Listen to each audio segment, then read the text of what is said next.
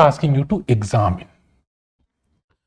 अब यहां पे क्या है कि the very common mistakes that most of the aspirants will commit or they may have committed is that examine को मिस कर जाएंगे. अब एग्जामिन कहने का मतलब, जैसे मैं हमेशा कहता हूं कि एग्जामिन का मतलब परीक्षण कीजिए. You need to put your lens, you need to get into it. Examine का मतलब you will have to be analytical, you can not be descriptive. Examine आपको एनालिटिकल होना है, डिस्क्रिप्टिव नहीं होना है. But most of the aspirants, the first mistake they will commit is they will miss the word examine.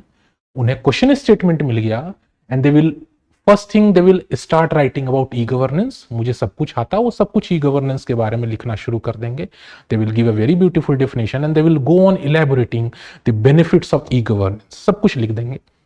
But जब बात आ रही है बायस टुवर्ड्स इसको एग्जामिन करने की, तो कहने का मतलब कि आपको टेक्नोलॉजी और बैकएंड में, बैकएंड इंटीग्रेशन को लेकर के ई गवर्नेंस प्रोजेक्ट्स कितने बायस्ड हैं या नहीं है, इसको एग्जामिन करना है. You need to be analytical.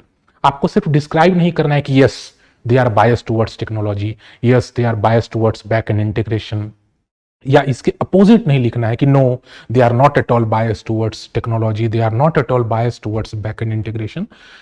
ये अगर आप ऐसे लिखते हैं तो that is called linear description. सिर्फ डिस्क्राइब किए जा रहे हैं आप चीजों को, बट आप एग्जामिन नहीं कर रहे हैं. एग्जामिन करने के लिए you need to give some facts.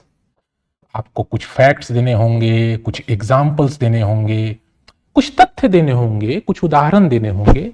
Then only you can examine, then only you can prove that point, you can like be analyse that point कि to what extent this question statement is true और not.